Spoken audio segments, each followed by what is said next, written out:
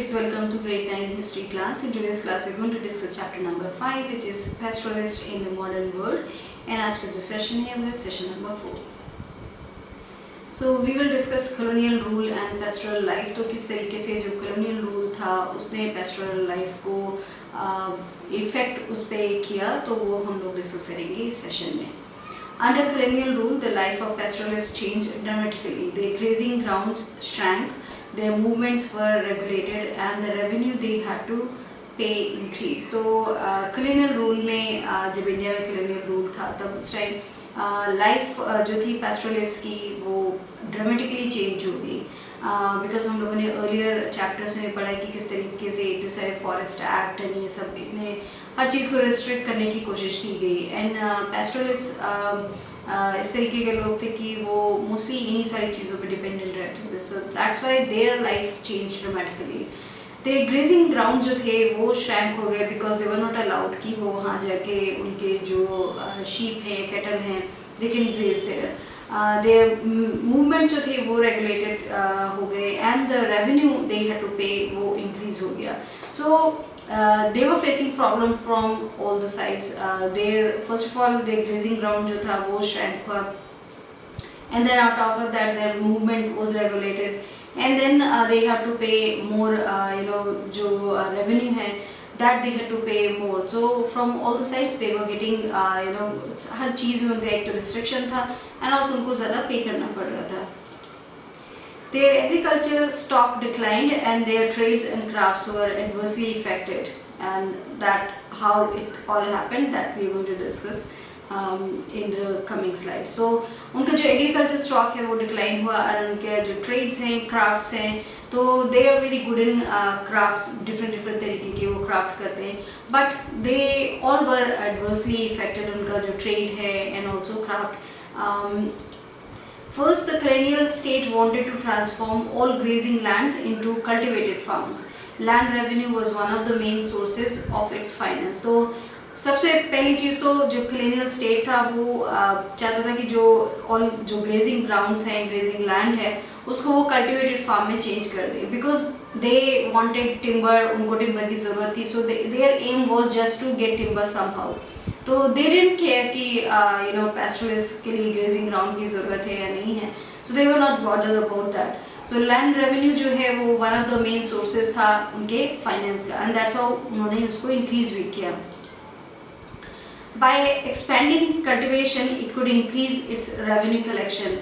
It could at the same time produce more jute, cotton, wheat and other agricultural produce that were required in England. तो expand करने से cultivation what will happen कि उससे revenue collection जो है वो that will also increase because उससे उनको revenue मिलता था. And it could at the same time more जो jute, cotton, wheat and other agricultural produce है जिसकी इंग्लैंड में ज़रूरत थी, and that is why they were getting यहाँ पे उनकी फार्मिंग हो रही थी. सो इन सब चीज़ों के लिए if they have more cultivated farm तो they can grow more of jute, cotton and all these things which are required in England.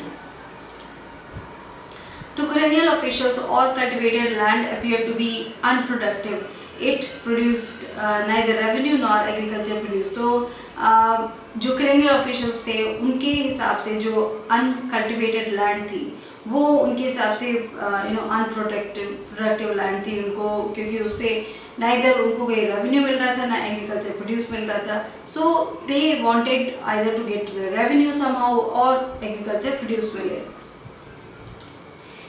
It was seen as wasteland that needed to be brought under cultivation. From the mid-19th century, wasteland rules were enacted in various parts of the country. तो जो ये land थी जहाँ पे neither उनको revenue मिल रहा था nor कोई भी फार्मिंग एग्रीकल्चर प्रोड्यूस मिल रहा था, सो इस तरीके की लैंड को एज वेस्टलैंड देखा रहा था. And they needed to be brought under they wanted to bring it under cultivation जिससे उनको कुछ उससे फ़ायदा हो. From the mid 19th century wasteland rules जो थे वो enact हुए in various parts of the country. तो वहाँ पे लोगों को पता चले the rules were getting enacted in various parts.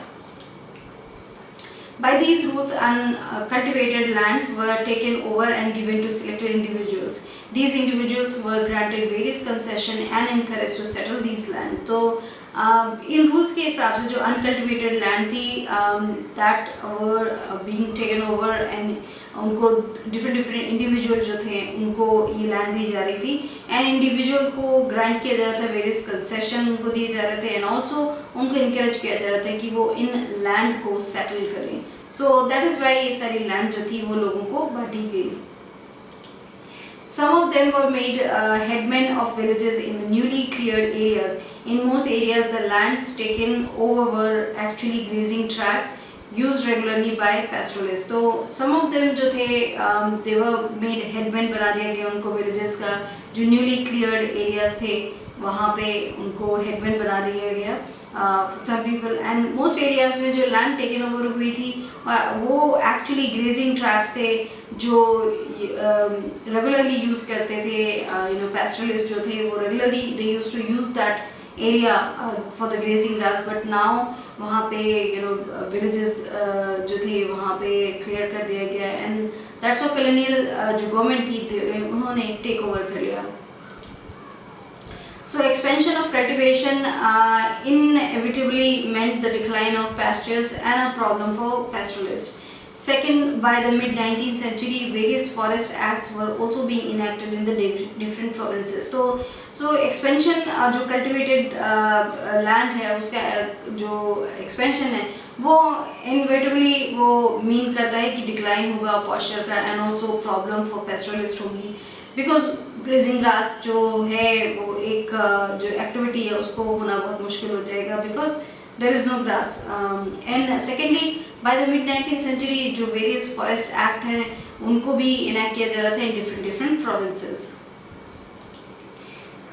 Through these acts, some forests which produce commercially valuable timber like deodar or sal were declared reserve. तो इन acts के हिसाब से कुछ जो ऐसे forest थे which were producing commercially valuable जो timber और देवदार है या फिर सल है वो उनको डिक्लेयर कर दिया गया था as reserve forest so that nobody can further use और do anything in those forest.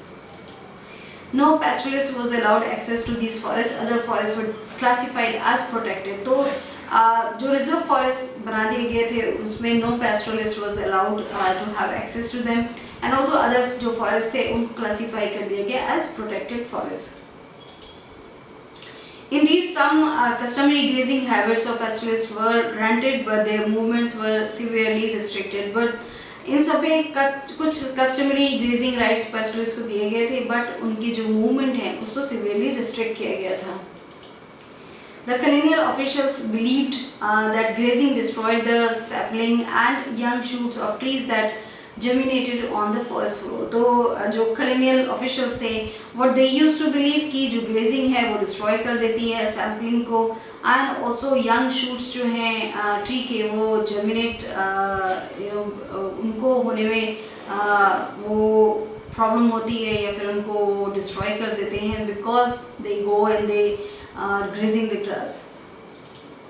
The herds trampled over the sapling and munched away the shoots. This prevented new trees from growing. तो what they believed in कि herd जाते हैं and they sapling के ऊपर पैर रख देते हैं या फिर वो उसको किसी भी तरीके से खराब कर देते हैं and जो shoots हैं उनको वो खा लेते हैं and that is why वो prevent करते हैं more trees को grow होने में. So that is why उन्होंने बिल्कुल जो grazing थी वो बिल्कुल भी बंद कर दी थी. So that's all we have discussed in this session कि इस तरीके से colonial rule में जो changes हैं pastoralist के life में उसमें क्या changes आए, how things got affected by the colonial rule. So वो सब हम लोगों ने discuss किया इस session में. Thank you.